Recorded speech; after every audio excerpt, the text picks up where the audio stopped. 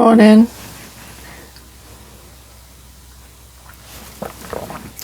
I guess the title of this video would be What If the world was a different place altogether?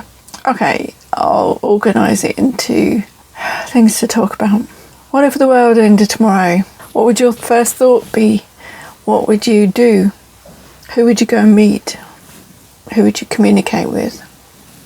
Well, for one thing, the girls at the gym would stop complaining. I think they'd find a sense of purpose for their life other than blaming men for staring at the skin-tight clothes that reveal everything. Talking about skin-tight clothes revealing everything, I've even caught some girls who ride horses as well, who are doing the same thing, courting eyeballs, basically. I notice how the horses don't seem to have a connection with them. They seem to just be performing their duties, and the videos are focused on the girls. Admittedly, they have fantastic bodies, beautiful girls to look at and everything, and I'm not jealous because we are all different, and I had my day when I was that age. If only I'd had that much confidence when I was at their ages. Wow. But off that subject, it's regarding the attitudes of the people. Very narcissistic, very me, look at me, aren't I beautiful, that sort of thing. And I remember doing a video with Socks on the last time we met. We were going to do a preppers weekend, him, 4x4 fella and me, and I thought there were going to be other people, but they didn't seem to be there. One of the little videos that Socks asked me to do was to say thank you very much for the perfume he gave me. No, I went over the top deliberately just to show everybody what an overly fake thanks would look like. Anyway, that aside, fake people, I mean fakeness altogether is it's deceitful. Doesn't create a relationship. It doesn't make anybody other than yourself, even yourself, happy, because you're pretending to be something you're not. Now, what if you're honest with yourself? What if you're honest with other people? They don't like it, but I saw another video of this wonderful woman on this homestead talking about being your authentic self. And if I can find the video again, I'll put it in the description below.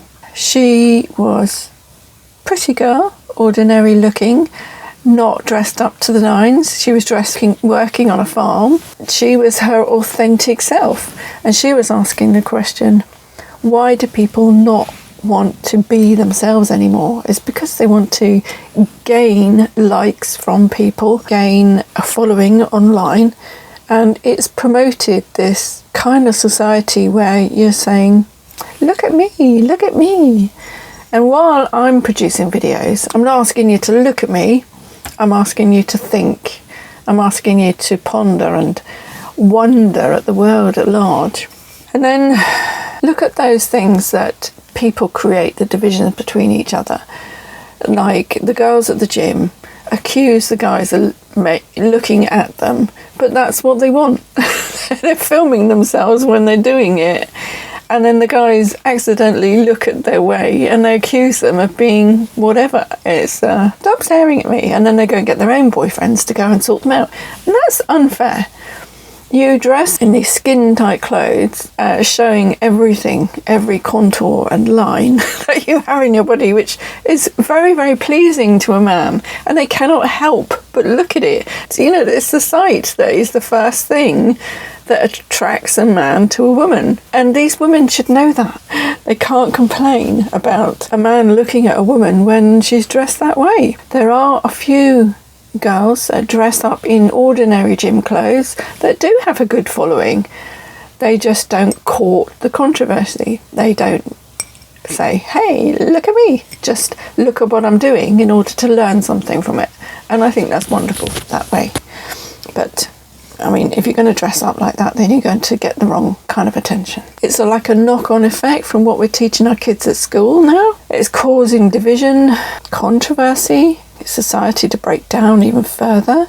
I mean, they started it all off in the 60s when the pill became an easy method of birth control. So what do people do? You give them a sweetie, they're going to take it and eat it, aren't they? They're going to use it to the hilt, and then that causes infidelities because there's no comeback. If you can get away with it, there's no validation that you've actually been off with somebody else. There's no accidents. Then you look at the people who do have accidents, and that's because they're not taking the pill, they're not taking contraceptives, they're not watching themselves, they deliberately want to have a family in order to get money from the society. And I think of all the girls I knew that deliberately went out to get pregnant so they could have a flat from the council, get rid of the guy, and just live off what society could give them.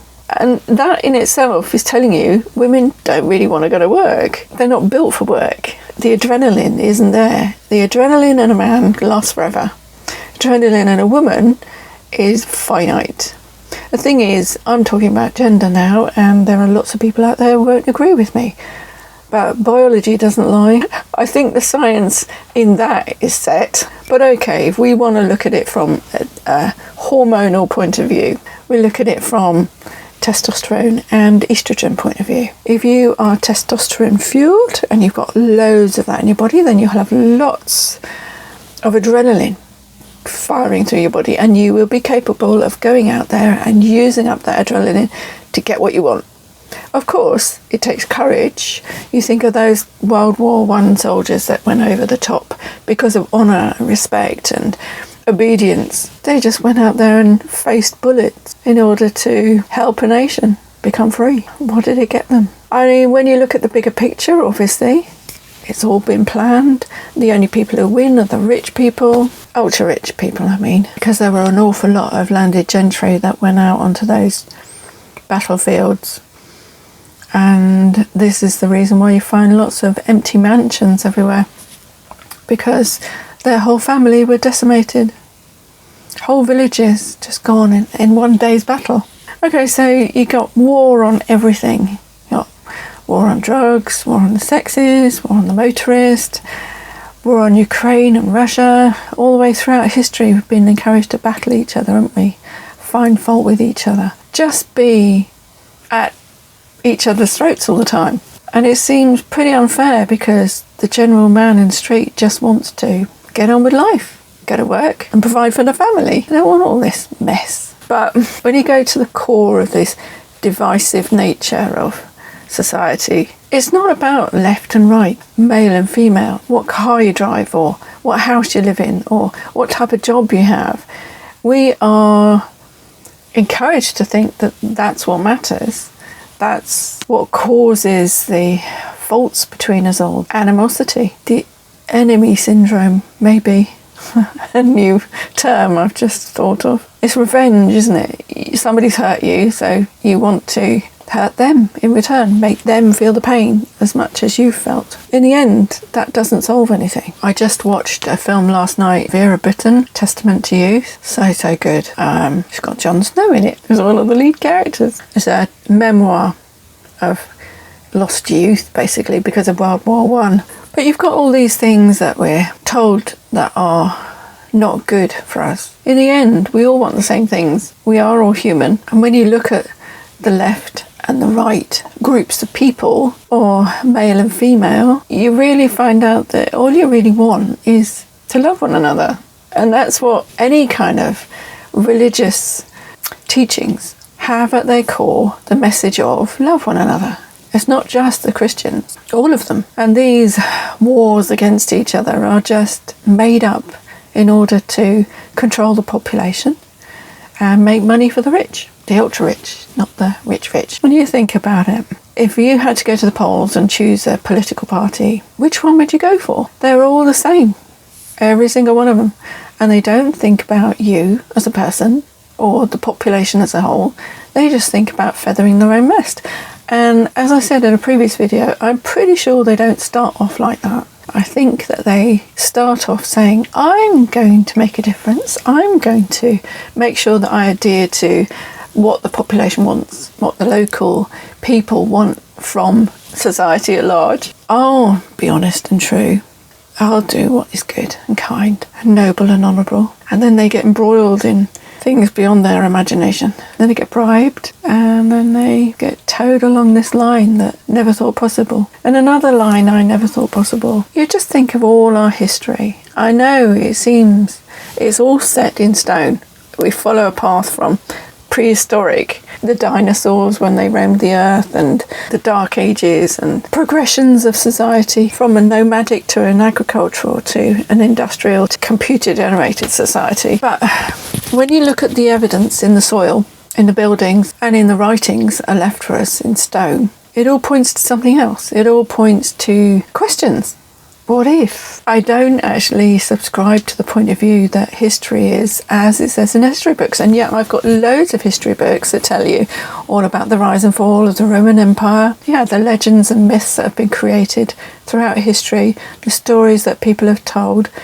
And you listen to people like Britain's Hidden History, Ross, GeoCosmic REX, or if you follow this guy, I think his name is Paul Cook. You just look at those 3 channels and you start to see an unfolding of another type of history.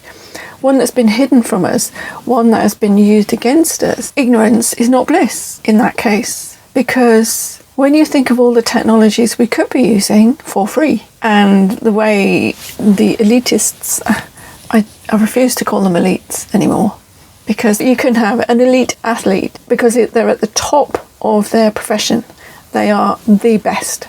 But an elitist is a person who thinks they're better than you, whereas they're just still human beings.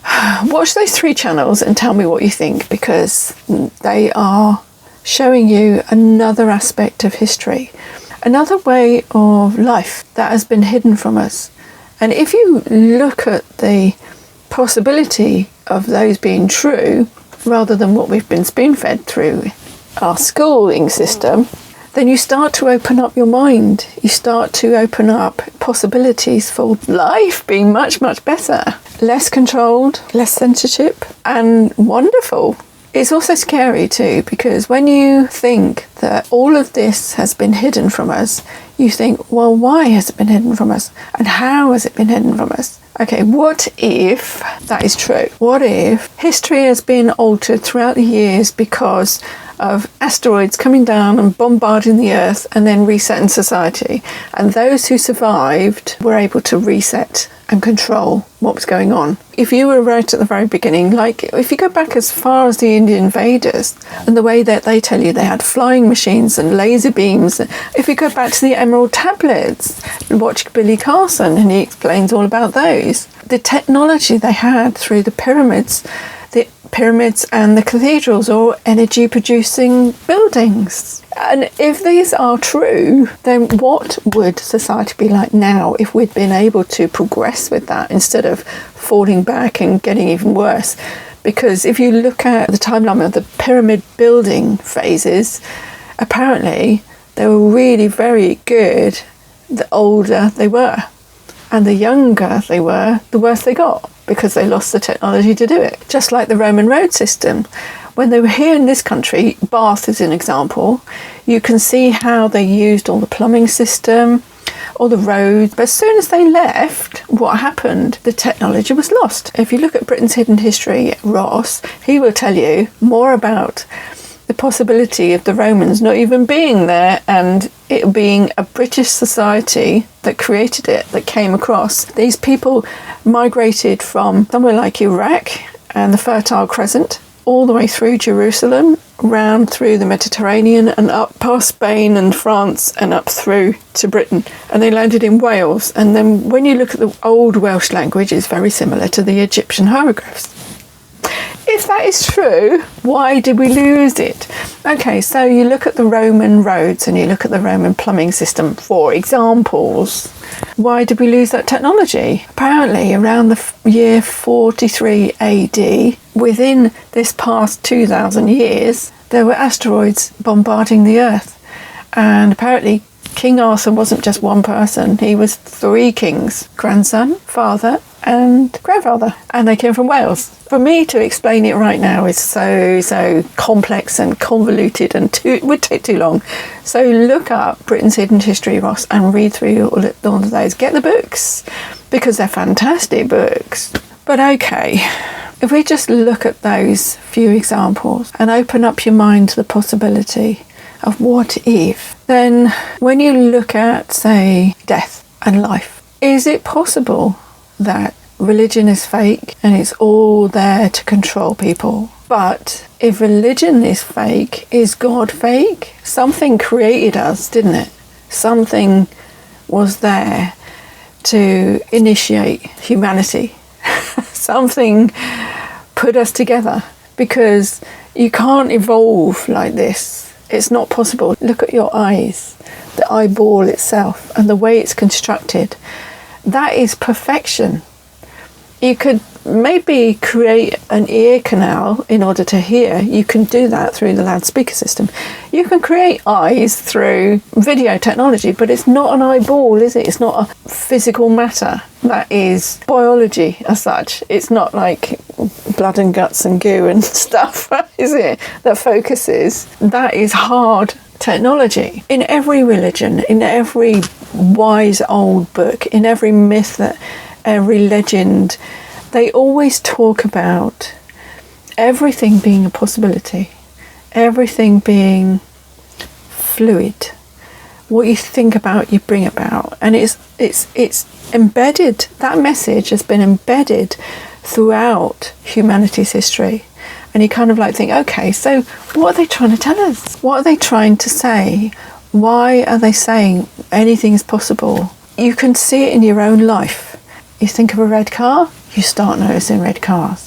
You think about having a job, a career that you really want, you focus on it, you bring it about. The key to doing this is having your heart and your mind work together. And if you pay attention to your gut, that gives you the signals. That is where your intuition is. Your heart and your gut work in line with your mind. If you feel bad about a situation, your gut will tell you. Your heart will beat faster. Your mind will say, okay, we won't go there. Or we will go there. It'll make a decision one way or another. I keep wondering why I keep wanting to say all of this.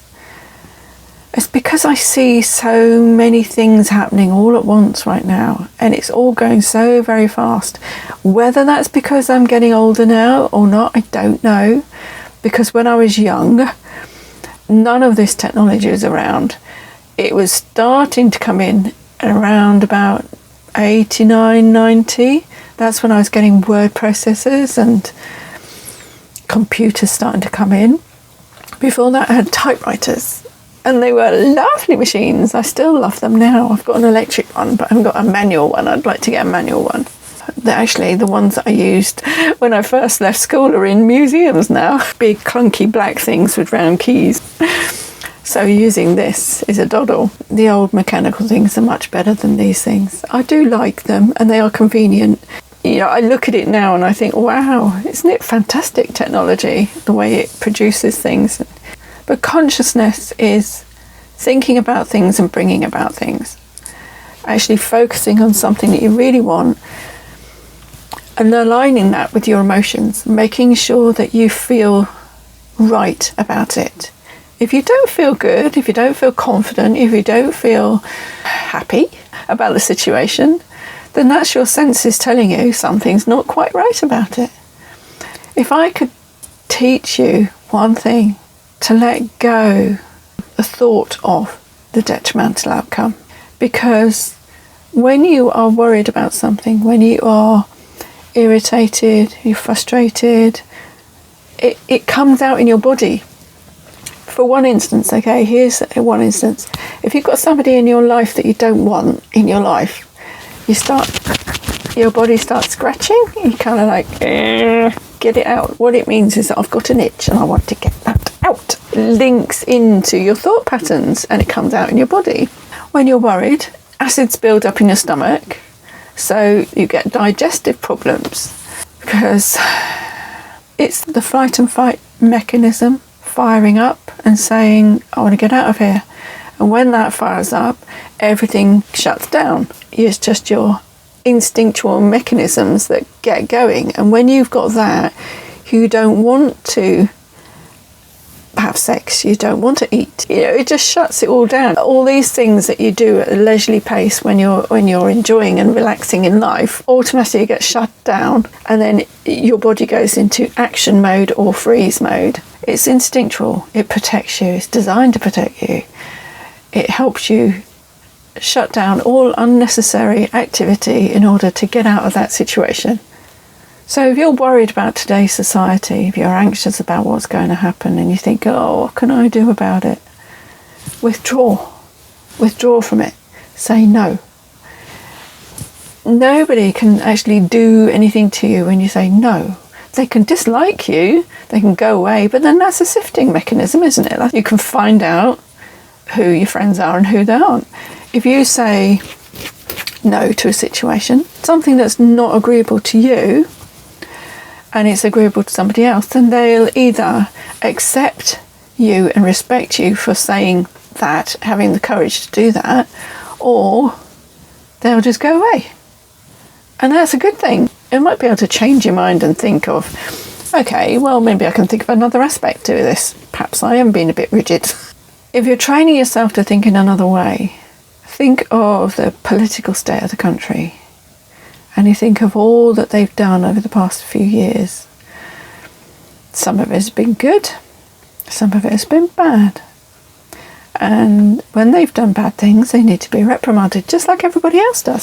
So in order to reprimand these people, if you don't think that you can do anything, what you can do is say no. Take your vote away from them. Research other parties. Don't just go for the bog standard 3 that are offered to you right now, or 2, as it seems to be of late. Look at the independents.